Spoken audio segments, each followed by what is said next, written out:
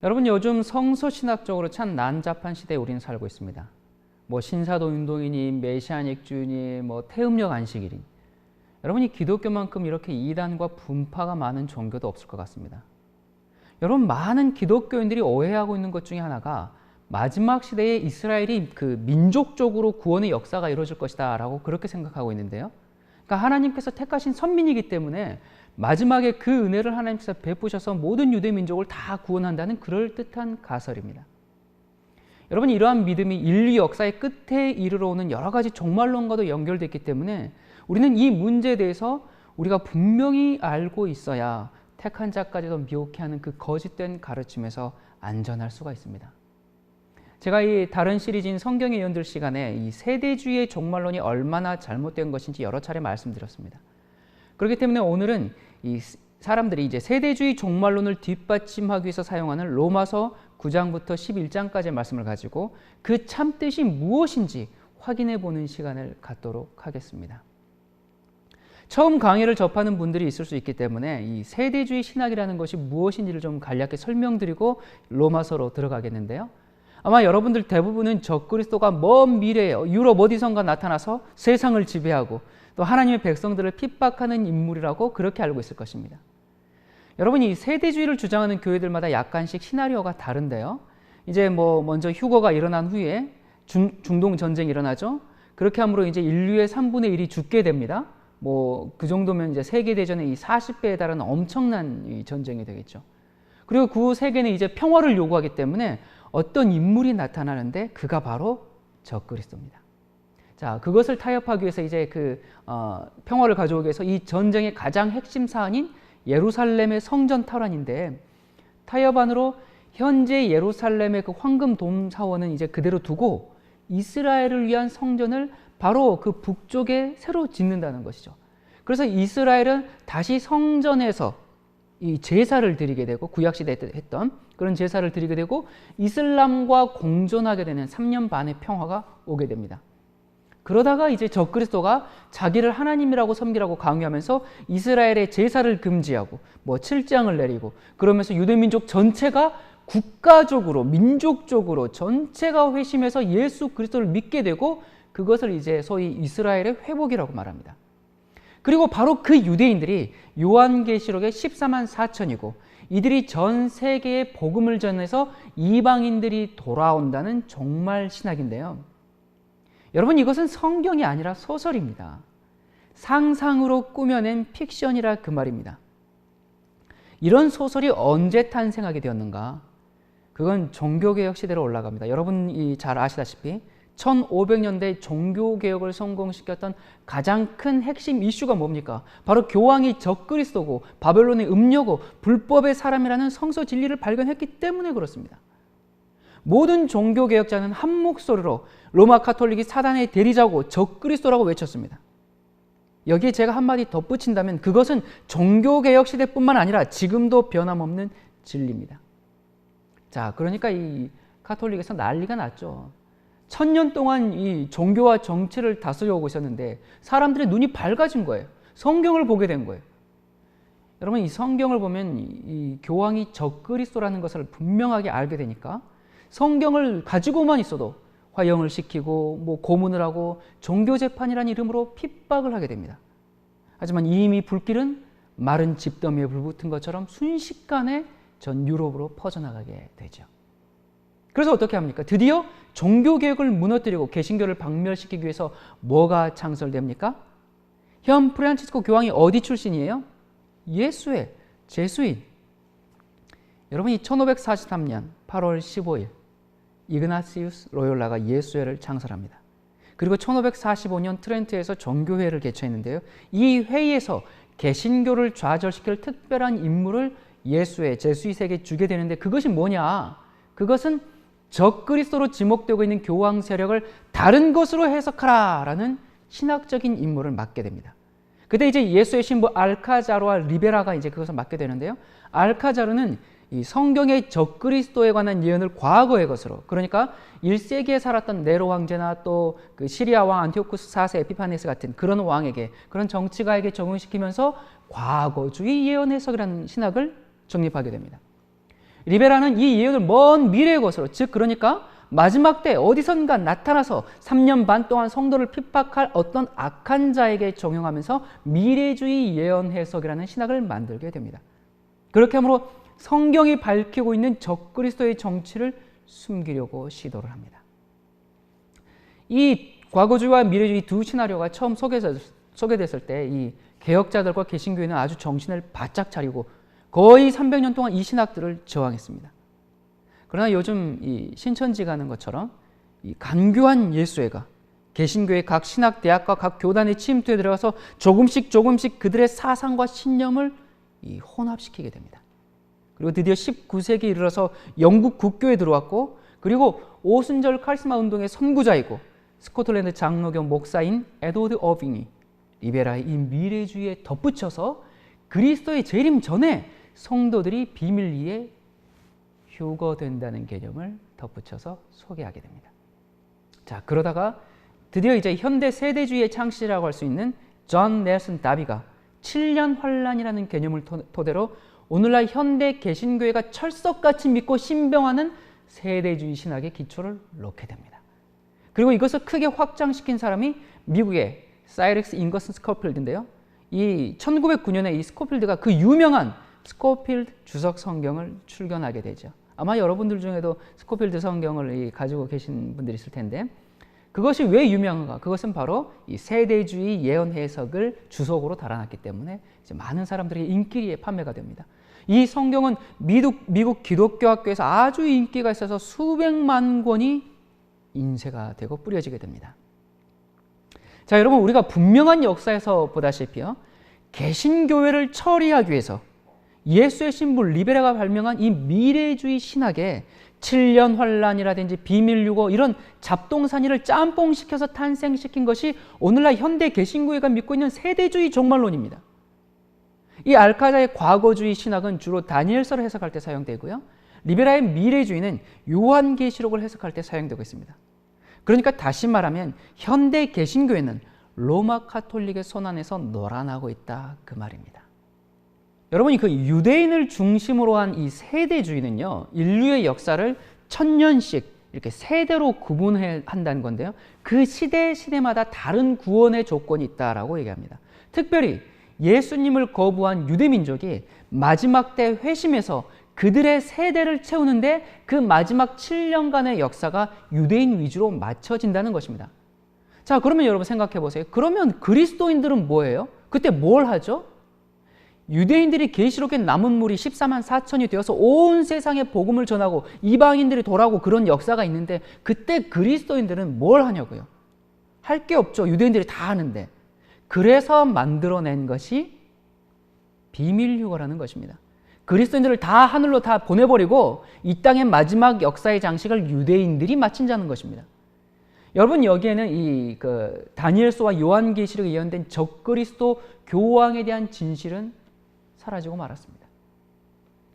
여러분, 역사라는 것은 쉽게 감출 수가 없는 것입니다.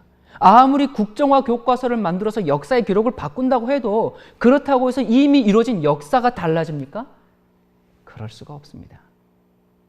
여러분, 우리가 조금만 살펴보면 현대 개신교 신학의 뿌리가 어딘지 이렇게 금방 찾을 수가 있습니다.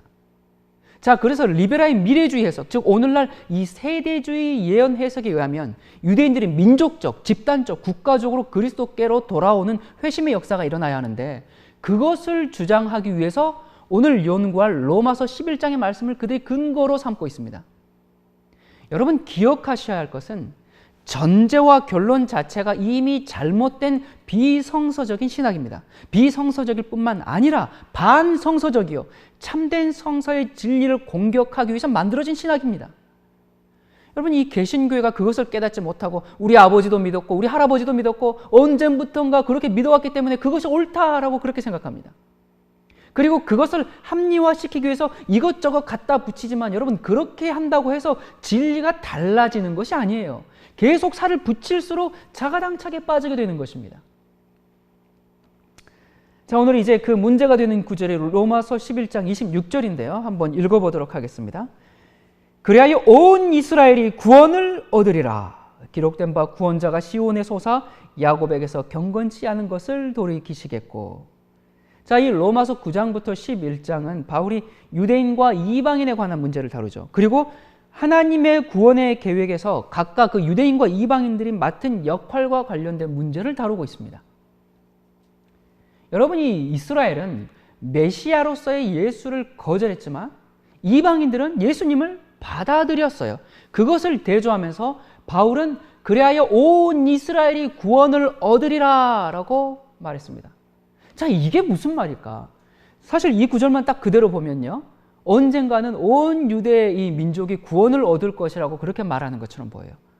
바울이 여기서 말하고 있는 게 말하고자 하는 것이 정말 뭘까요? 온 이스라엘이 구원을 얻는다.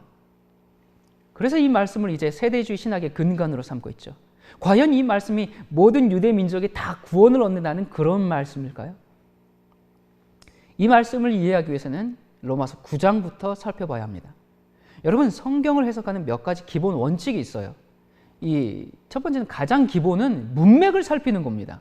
자기 마음에 드는 딱 이렇게 한 구절만 쫙 뽑아가지고 이것이 진리다 그러면 그건 사이비가 됩니다. 그래서 그 본문의 앞뒤 문맥이 무엇을 말하고 있는지 살펴보는 것이 가장 기본이고, 그 다음에 문맥을 살펴도 잘 이해가 되지 않을 때는 성경 전체에서 그와 비슷한 말씀들이 어떤 경우에 사용됐는지를 살펴보는 것입니다. 자, 그리고 세 번째, 이것이 문자적인 적용인지, 그러니까 역사적인 적용인지 아니면 계시적인, 묵시적인 적용인지를 살펴봐야 하는 것입니다. 여러분, 이스라엘의 역사 너무나 잘 아시죠? 이스라엘의 역사가 보여주는 것처럼 그들이 어떻겠습니까? 선지자들을 계속 핍박했습니다. 선지자를 통해서 하나님께서 자비로운 탄원을 보냈지만 그들은 계속 거절했죠. 그래서 하나님께서 이스라엘에게 심판을 내리셨습니다. 그래서 이 로마서 9장이 지적하는 대로 이사야는 이스라엘의 남은 자만 구원을 얻을 것이라고 말합니다. 자, 로마서 9장 27절부터 29절에 있는 말씀 읽겠습니다.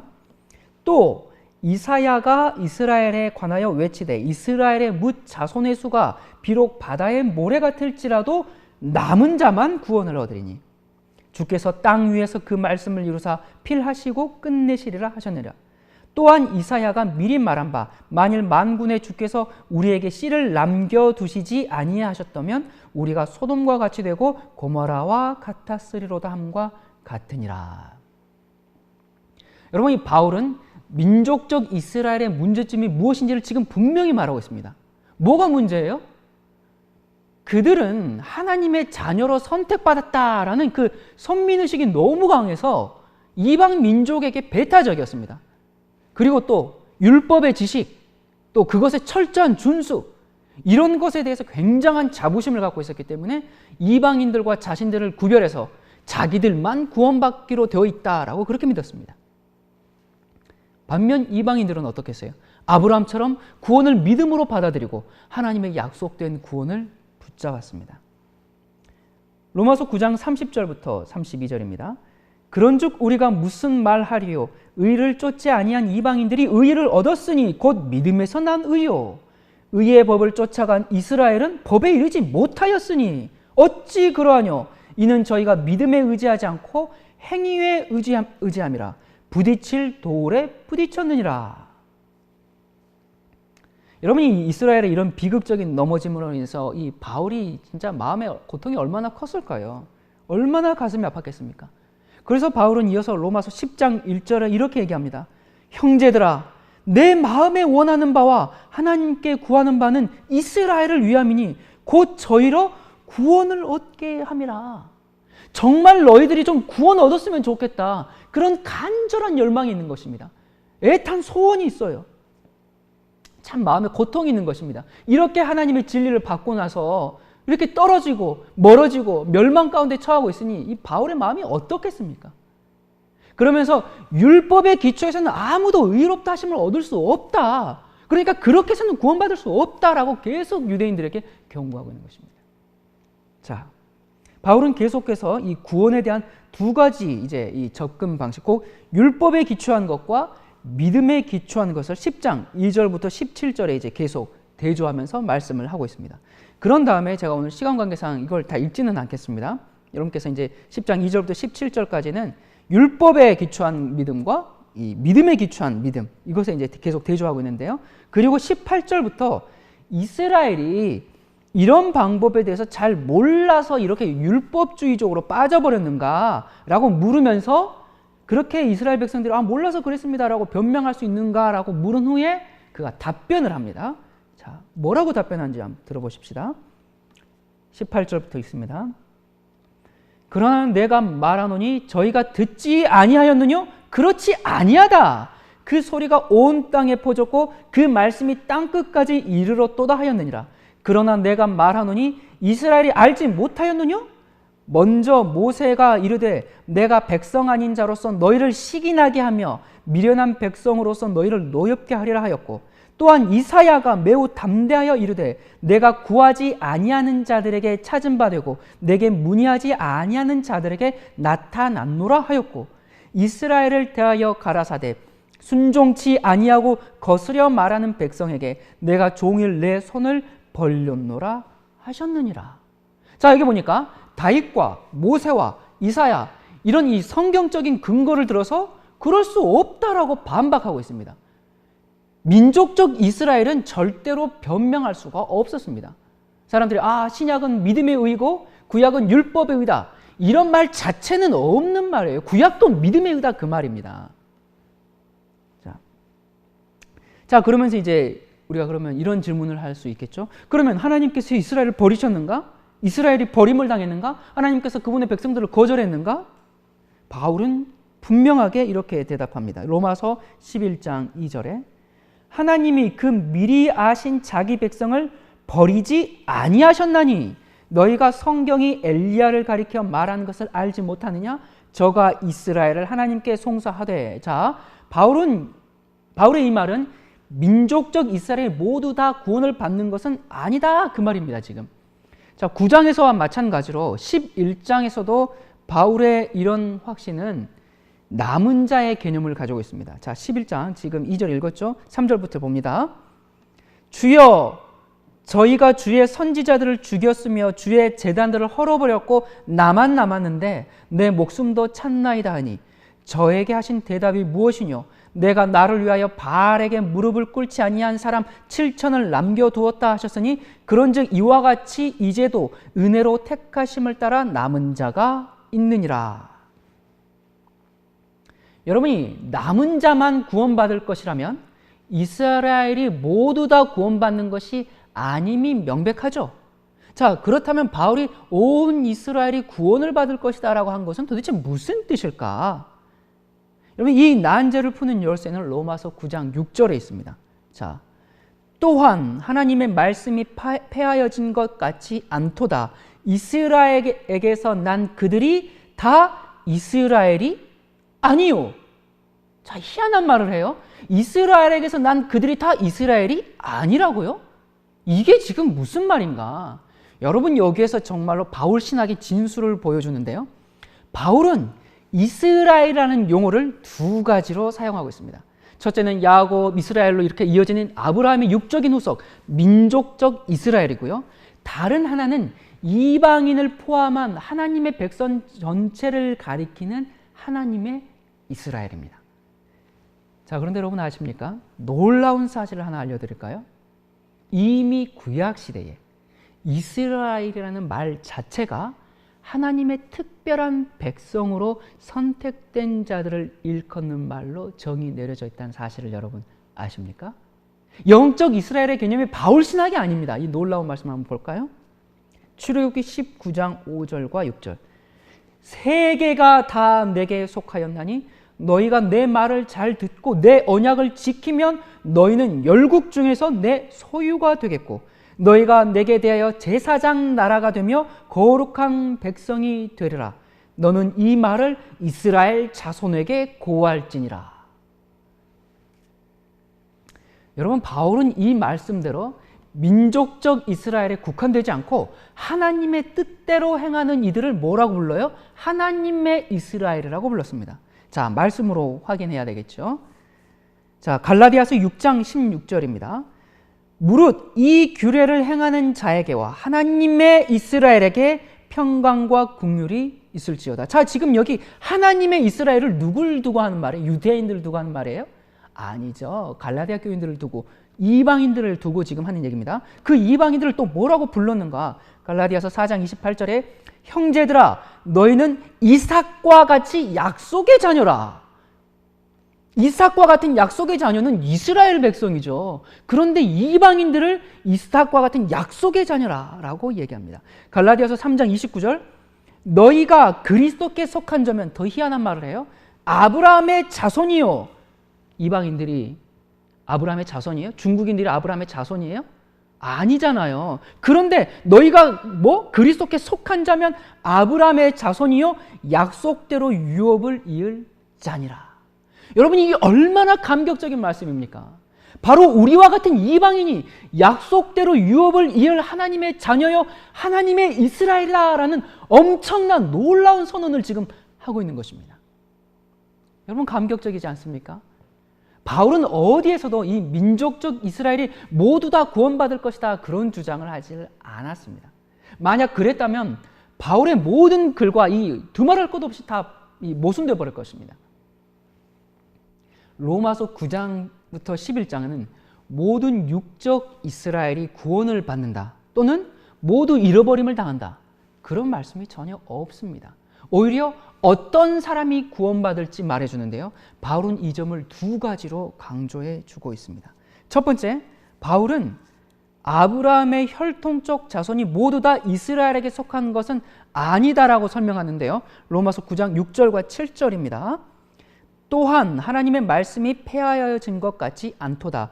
이스라엘에게서 난 그들이 다 이스라엘이 아니요 또한 아브라함의 씨가 다 그 자녀가 아니라 오직 이삭으로부터 난 자라야 내 씨라 칭하리라 하셨으니.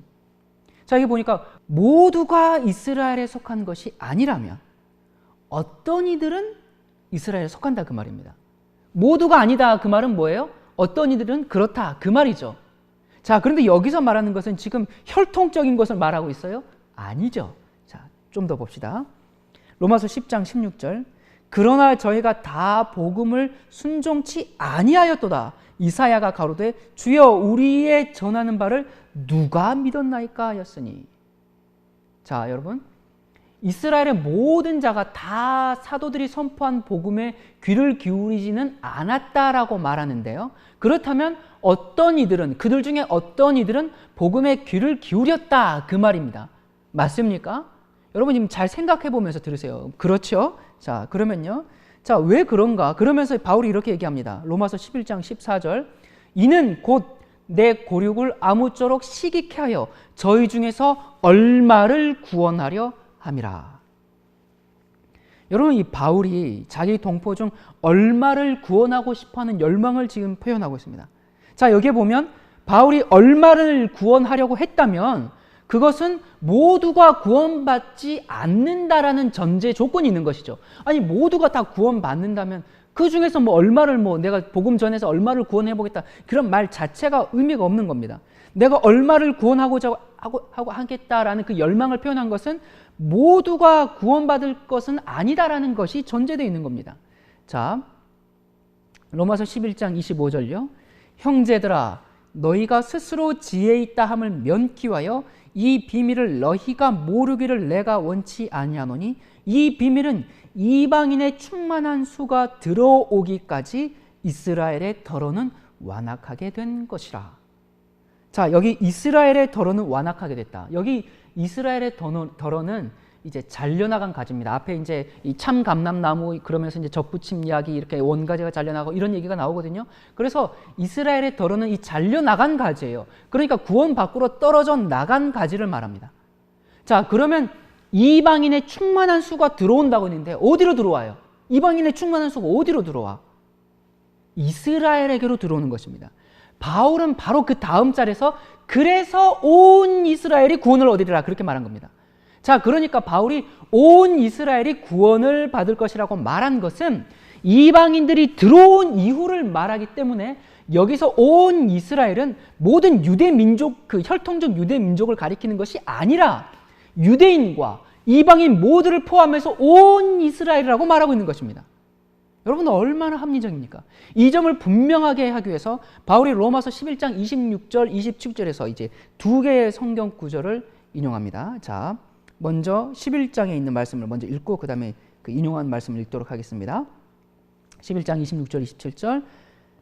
그리하여 온 이스라엘이 구원을 얻으리라. 기록된 바 구원자가 시온에서 오사 야곱에게서 경건치 않은 것을 돌이키시겠고 내가 저희 죄를 없이 할 때에 저희에게 이루어질 내 언약이 이것이라 함과 같으니라.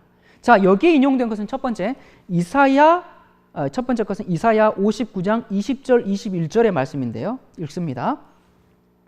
여호와께서 가라사대 구속자가 시온에 임하며 야곱 중에 죄가를 떠나는 자에게 임하리라. 여호와께서 또 가라사대 내가 그들과 세운 나의 언약이 이러하니 곧 내 위에 있는 나의 신과 내 입에 둔 나의 말이 이제부터 영영토록 내 입에서와 내 후손의 입에서와 내 후손의 입에서 떠나지 아니하리라 하시니라. 여호와의 말씀이니라. 자, 여러분 이 말씀은 이스라엘의 불순종을 말하면서 그들 중 어떤 이들이 믿지 않아서 제거됐습니다. 자, 바울의 표현을 빌리자면 원가지에서 얼마가 잘려나간 것이죠. 이사야 59장은요. 하나님의 구원이 어떻게 이루어지고 있는지를 이제 보여주고 있습니다. 자, 그리고 바울이 인용한 이 두 번째 구절은 이사야 27장 9절은요. 야곱의 불의가 속함을 얻으며 그 죄를 없이함을 얻을 결과는 이로 인하나니 곧 그가 제단의 모든 돌로 부서진 횃돌 같게 하여 아세라와 태양상으로 다시 서지 못하게 함에 있는 것이라. 지금 이 말씀을 인용했거든요. 자, 이것은 바벨론 포로 후에 구원이 하나님의 죄 용서로 말미암아 이룰 것인데 이것을 하나님은 예레미야를 통해서 그것을 새 언약이라고 말씀하셨습니다. 자, 그러면 예레미야에서 말씀하신 그 새 언약이 무엇인가? 자, 31장 예레미야 31장 31절부터 34절. 요즘에 이제 구약은 옛 언약이고 신약은 새 언약이다. 그래서 구약은 폐기됐고 신약 말씀 따른다 어쩌고저쩌고 하는데, 자, 예레미야를 통해서 새 언약을 주셨는데 무슨 새 언약인가? 나 여호와가 말하노라. 보라, 날이 이르르니 내가 이스라엘 집과 유다 집에 무슨 언약? 새 언약을 세우리라. 나 여호와가 말하노라. 이 언약은 내가 그들의 열조의 손을 잡고 애굽 땅에서 인도하여 내던 날에 세운 것과 같이 아니할 것은 내가 그들의 남편이 되었어도 그들이 내 언약을 파하였음이니라. 나 여호와가 말하노라. 그러나 그날 후에 내가 이스라엘 집에 세울 언약은 이러하니, 잘 들으세요. 새 언약을 나옵니다. 내가 나의 법을 그들의 속에 두며 그 마음에 기록하여 나는 그들의 하나님이 되고 그들은 내 백성이 될 것이라. 그들이 다시는 각기 이웃과 형제를 가리켜 이르기를 너는 여호와를 알라 하지 아니하리니 이는 작은 자로부터 큰 자까지 다 나를 알미니라. 내가 그들의 죄악을 사하고 다시는 그 죄를 기억지 아니하리라. 여호와의 말이니라. 자, 여러분 여기서 보니까 새 언약이 뭐예요? 새 언약과 옛 언약 별 차이가 없는 것 같은데. 자, 새 언약 여기 보세요. 하나님의 법을 어떻게 했다고요? 그들의 속에 두고 그 마음에 기록했다. 그러니까 기꺼운 마음으로 내가 정말 어떤 율법을 지켜서 의를 이루려 함이 아니라 하나님께서는 내 마음에 그것을 두고 내 속에 그것을 기록해서 내가 정말 기꺼운 마음으로 정말 그 willing to willing 너무 그 당연하고 이 자연스러운 반응으로 하나님의 말씀에 순종하게끔 하겠다. 그래서 나는 그들의 하나님이 되고 너희는 나의 백성이 된다라는 것이 바로 새 언약입니다. 자, 그리고 이제 좀 전에 읽었던 이사야 59장 21절을 다시 봅시다. 아까 이사야 59장 21절은 뭐라 그랬죠? 하나님께서 어떻게 이 구원의 역사를 이루어 주고 있는지를 설명해 주고 있는 것이 이사야 59장인데요.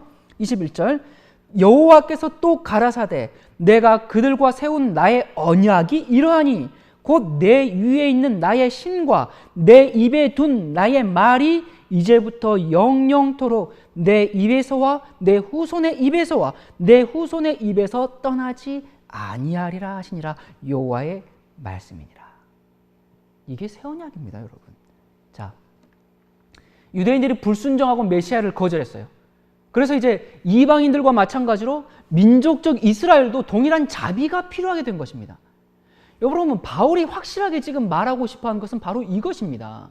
지금 이스라엘 백성들은 너무 그 사기충전에 너무 그 자만과 교만과 선민이라는 게 너무 충만해가지고 너무 완악해져 버렸어요. 그래서 바울이 지금 계속 그것을 말하고 있는 겁니다. 이스라엘이 그런데 완악하도록 내버려둔 하나님의 깊은 목적은 구원이 너희에게만 있는 것이 아니라 이방인에게도 제공되기 때문에 너희들이, 유대인들이 이방인보다 더 지혜롭다고 생각하지 않도록 하기 위해서, 자만하지 않도록 하기 위해서, 교만하지 않도록, 그래서 구원을 잃어버리지 않도록 하기 위해 있는 것입니다. 자, 로마서 11장 25절을 다시 읽습니다. 형제들아, 너희가 스스로 지혜 있다함을 면피하여 이 비밀을 너희가 모르기를 내가 원치 아니하노니 이 비밀은 이방인의 충만한 수가 들어오기까지 이스라엘의 더러는 완악하게 된 것이라. 자, 여러분, 그러므로 이 바울은 유대인 전체가 구원받을 것이다라는 그런 개념을 바울은 가진 적이 없습니다. 로마서 9장부터 11장에서 그는 유대인 중 얼마가 구원받을 것이라고 계속 논증하고 있어요. 그래서 온 이스라엘이 구원을 얻는다라는 이 말씀은 혈통적 유대인으로서 참 감람나무에 붙은 그 유대인들과 그 다음에 이방인으로서 영적 하나님의 이스라엘이 된, 그래서 그들이 온 이스라엘로서 구원을 받는다라는 말씀입니다. 자, 여러분이 지금 충분히 이해하셨겠지만 중요한 말씀이기 때문에 오늘 말씀을 다시 간략하게 좀 정리해 보겠습니다. 이방인의 충만한 수가 들어온다는 것이 뭐였어요? 이방인의 충만한 수는 그 다음 절에 온 이스라엘과 관련 지어서 생각해야 됩니다. 만일 이방인의 충만한 수가 모든 이방인들, 그렇죠? 모든 이방인들을 가리키고 온 이스라엘이 그 이스라엘 백성 전체, 그 혈통적 민족적인 이스라엘, 온 이스라엘, 그걸 말한다면 바울은 여기서 결국은 모든 이방인들, 모든 이스라엘, 결국은 모두 다 구원을 받는다는 그 만인 구원론, 유니버설 설베이션, 이 만인 구원론을 주장하는 것이 됩니다. 여러분, 그런데 이 바울 서신 어디에서도 유대인이거나 이방인이거나 모두가 구원을 받는다, 그렇게 주장한 일이 없고, 그건 성경의 사상에도 위배되는 가르침입니다. 여러분, 바울은 오히려 자기가 이방인의 사도가 된 이유가 뭐라고요? 그의 동족인 이스라엘 백성들을 시기하게 해서 저희 중 얼마를 구원하기 위해서 내가 이방인의 사도가 됐다. 지금 그렇게 얘기하고 있는 것입니다. 그러므로 유대 민족 모두가 구원받는다, 그것을 생각하지 않고 있으면 너무나 당연한 거예요. 그러므로 여기 이방인의 충만한 수는 모든 이방인을 말하는 것이 아니고요, 바로 뒤에 26절에 나오는 온 이스라엘도 모든 혈통적 유대 민족을 말하는 것이 아님은 너무나도 자명합니다. 그런데 희한하게도 많은 교회가 그런 식으로 지금 믿고 있습니다. 온 이스라엘이 여러분 이 구원을 받는 때는 언젠가 그리스도의 재림 때인데, 그러면 그때 남아있는 지금의 유대인들이 지금이 마지막 시대니까, 그러면 이 지금의 유대인들을 온 이스라엘이라고 부를 수가 있는가? 여러분이 사실상 이 이스라엘의 12지파가 와야 된 지는 아주 오래전 일입니다. 순수한 유대인의 혈통을 찾는 것도 지금은 어려운 일이에요. 더군다나 이 오랜 세월 동안 메시아를 거절하고 지금도 받아들이지 않고 있는 이 이스라엘이 재림 직전에, 예수님께서 오기 전에 갑자기 집단적으로 회개하고 구원을 받는다. 여러분, 이런 것은 이 하나님의 구속의 경륜과는 전혀 조화되지 않는 이야기입니다. 자, 우리가 이제 계속 더 살펴봅시다. 바울은 로마서 1장부터 8장까지는 하나님의 은혜로 그리스도로 말미암아 구원 얻는 도리를 설파하고요, 로마서 9장부터 11장까지는 그리스도의 구속 사역의 성취로 말미암아 하나님의 구속 사역의 범위가 이스라엘 중심에서 세계 만민으로 확대되는 것을 설명하고 있습니다.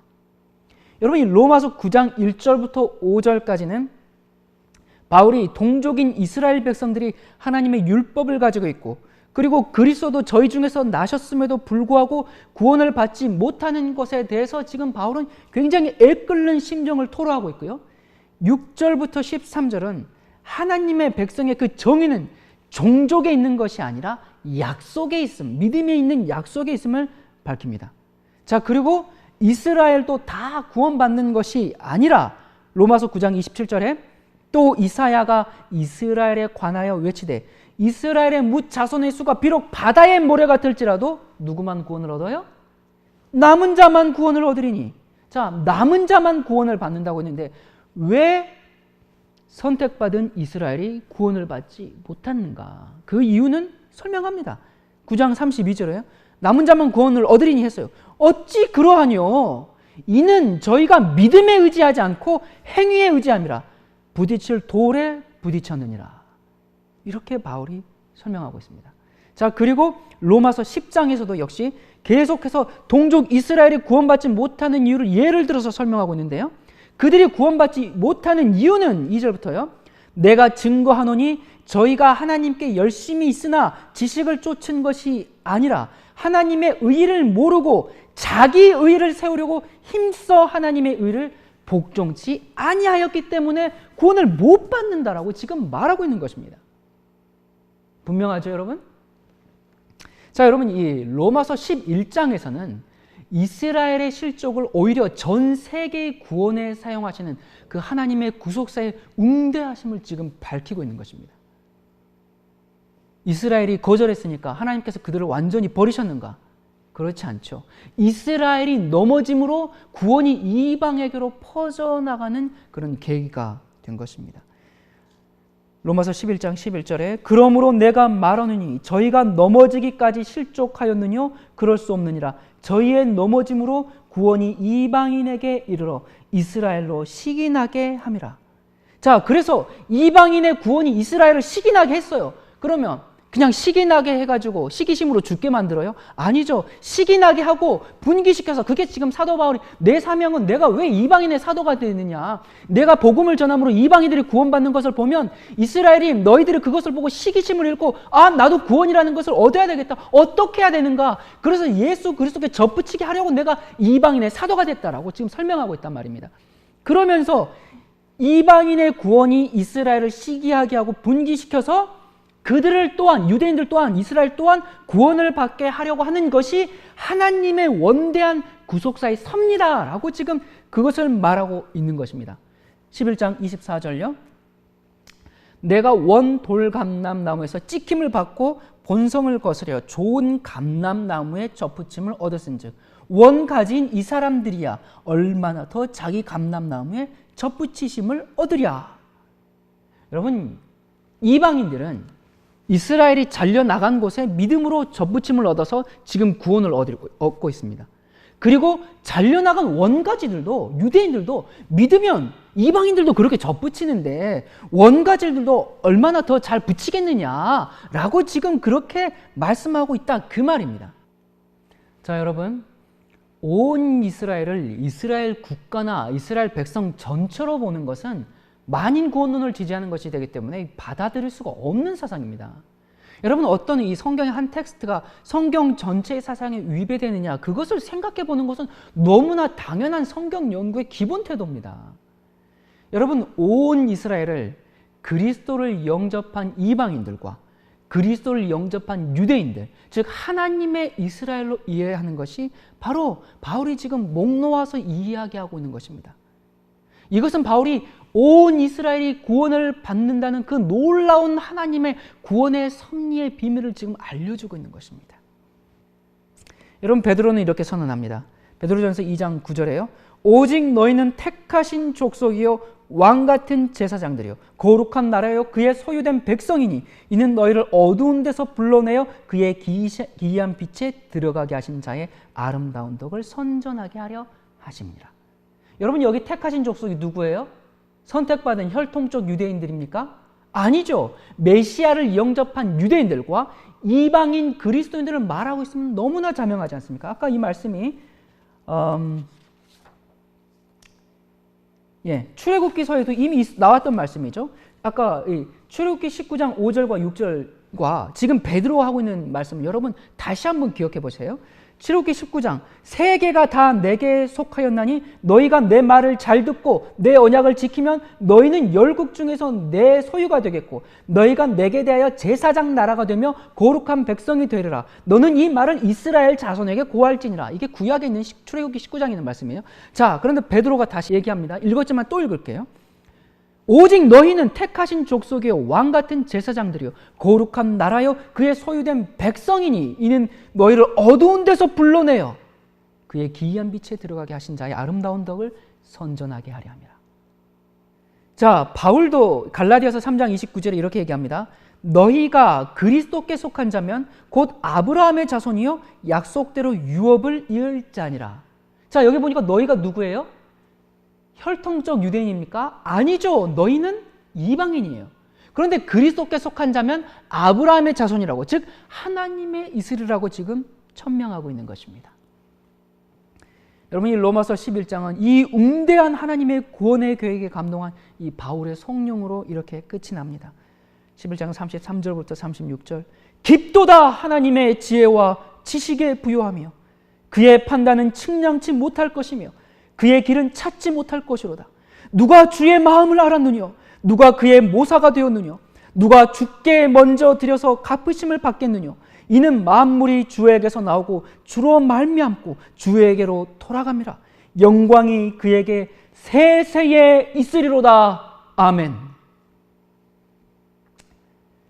여러분, 요즘 대체 신학이 어쩌고 하면서 이스라엘이 회복되고 있다, 예수께로 돌아오고 있다, 그러면서 예루살렘 성전에 관한 영상이라든지 여러 가지 이스라엘이라는 영상들, 그런 것들을 많이 만들어서 뿌리는 단체가 있는데요. 여러분, 속지 마십시오. 하나님의 예언은 그렇게 이루어지지 않습니다. 그러나 여러분, 예수님께서 다시 오실 시기가 임박한 것은 사실입니다. 참 것이 가까이 이를수록 사탄은 그것을 막기 위해서 각종 연막 전술을 펴고 있습니다. 귀하고 값진 진짜일수록 짝퉁이 판을 치지 않습니까? 여러분, 짐승의 폐 환란이 곧 임합니다. 그래서 사탄은 기독교인들의 시선을 성경 예언과는 전혀 무관한 혈통적인 유대인들과 예루살렘 성전으로 지금 돌리고 있는 것입니다. 여러분, 제가 서두에 성경을 해석하는 방법 중에서 이 말이 묵시적인지 아니면 역사적인지 파악해야 한다고 말씀드린 것을 기억합니까? 자, 여러분, 이 로마서의 이 바울의 말씀이 예언서라고 생각하세요? 요한계시록 같은, 다니엘서 같은? 그래서 이 말씀을 예수님 재림 직전의 마지막 시대에 갑자기 온 유대인이 집단적인 회심을 해서 그리스도께로 돌아온다라는 것을 지금 바울이 말하고 있는 거예요? 그런 예언을 하고 있는 거예요? 여러분, 우리는 성경을 합리적이고 상식적으로 해석해야 합니다. 여기에는 전혀 묵시적인 말씀이 들어있지 않습니다. 이건 예언서가 아니에요. 로마서의 이 말씀만 뚝 떼어가지고 먼 미래에 적용시키는 것은 사이비들이나 그렇게 하는 것입니다. 신사적인 그리스도인, 정직한 그리스도인은 그렇게 해서는 안 됩니다. 여러분이 지금까지 몰라서 그렇게 믿고 몰라서 그렇게 가르쳐 왔다면 회개하시고 참된 성경의 진리로 돌아오기를 정말 간절히 바랍니다. 여러분, 제가 이 상식적인 질문 하나 하겠습니다. 오늘날 개신교회가 개신교회를 존재하게 만든 이 종말 신학을 쓰레기 취급하면서 내다버리고 개신교를 없애기 위해서 이 제수잇이 만든 세대주의 신학에 점령당해 있는 이 현실을 보면서 무슨 생각이 드십니까? 왜 이런 일이 발생했을까요? 의심의 여지 없이 현 개신교회는 예수에게 점령당해 있습니다. 이름뿐인 개신교라 그 말입니다. 개신교라는 말이 무슨 뜻이에요? 프로테스탄트, 저항자, 항거자입니다. 뭐에 저항을 하는데요? 뭐에 항거하는데요? 교황에 대해서. 자, 그런데 여러분, 오늘날 개신교회가 교황에 대해 저항합니까? 항거합니까? 오히려 음녀의 딸들이 되어서 치맛자락에 뒤집히도록 엉덩이를 흔들면서 환영하고 있지 않습니까? 더 이상 개신교가 아니에요. 개신교는 사라졌습니다. 여러분, 교황은 단순히 종교 지도자가 아닙니다. 여기 뉴스 기사 제목이 교황, 미 의회 연설의 인류 현안 총망라. 인류의 현안을 교황이 총망라해요. 그러면서 이렇게 얘기합니다. 교황은 연설에서 종교, 인권, 자연, 환경, 난민, 가족, 정치 등 매우 다양한 이슈에 대해서 전 세계 카톨릭 교회 현세 지도자로서 의견을 밝혔다라고 합니다. 교황은 종교 지도자가 아닙니다. 여러분, 정말 예수님 오실 때가 얼마 남지 않았습니다. 예수님의 재림은 생각보다 가깝습니다. 지진, 홍수, 태풍, 지구 전체가 여기저기서 지금 무너지고 있습니다. 과거에 이런 때가 없었어요. 여러분, 오늘날 지구 형편을 보십시오. 재난의 계절, 재난의 시기가 왔습니다. 자연재해뿐만 아니라 전 세계적인 경제위기, 국가들이 파산하고 있죠. 군사적인 위기는 어떻습니까? 테러는 또 어떻습니까? 여러분이 예언을 연구해 보면 이런 재난의 계절이 올 때 동시에 어떤 일이 발생하는가? 재난의 계절이 올 때 마지막 일꾼들이 등장합니다. 하나님이 지고만 있을 수 없지요. 마지막 일꾼들, 그들을 마태복음 20장에 포도원의 비유에서 나오는 맨 마지막에 부름받은 11시 일꾼들이라고 부릅니다. 포도원지기가 수확을 위해서 아침 9시에 나가서 일꾼을 불러오죠. 또 12시에 정오에 나가서 불러옵니다. 그리고 또 오후 3시에 또 추수를 위해서 불러와요. 그렇게 해서 일을 하지만 해가 지기 전에 일이 끝날 것 같지가 않아요. 그래서 퇴근 시간을 1시간 남겨놓고 오후 5시에, 유대 시간으로 11시에 일꾼들을 부릅니다. 그래서 그들이 인류 역사가 종결되기 직전에 마지막 사역을 완수합니다. 그들은 유대인이 아닙니다. 그들은 이 역사의 무대를 장식할 하나님의 이스라엘, 참된 그리스도인들입니다. 그들은 종교개혁자들이 힘써서 옹호하고 목숨을 걸고 희생한 그 사역을 지속합니다. 종교개혁자들은 적그리스도의 정체를 폭로하고 교황권은 불법의 비밀이라고 담대하게 저항했습니다. 그들은 환난과 핍박 가운데서도 예수께서 십자가에서 가지셨던 그 믿음, 모두에게 버림받은 것 같을지라도 끝까지 하나님을 신뢰했던 그 예수님의 믿음을 가지고 있습니다. 그들은 적그리스도의 세력이 때와 법을 변개한 하나님의 계명을 회복하고 무너진 데를 수보하는 일꾼으로서 전진합니다.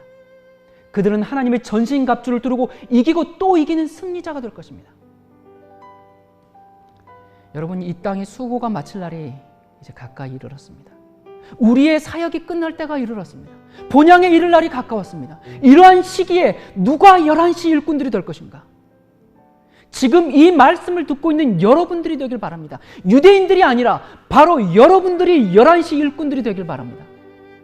하나님은 이 세상 역사를 마치기 위해서 사람을 찾고 있습니다.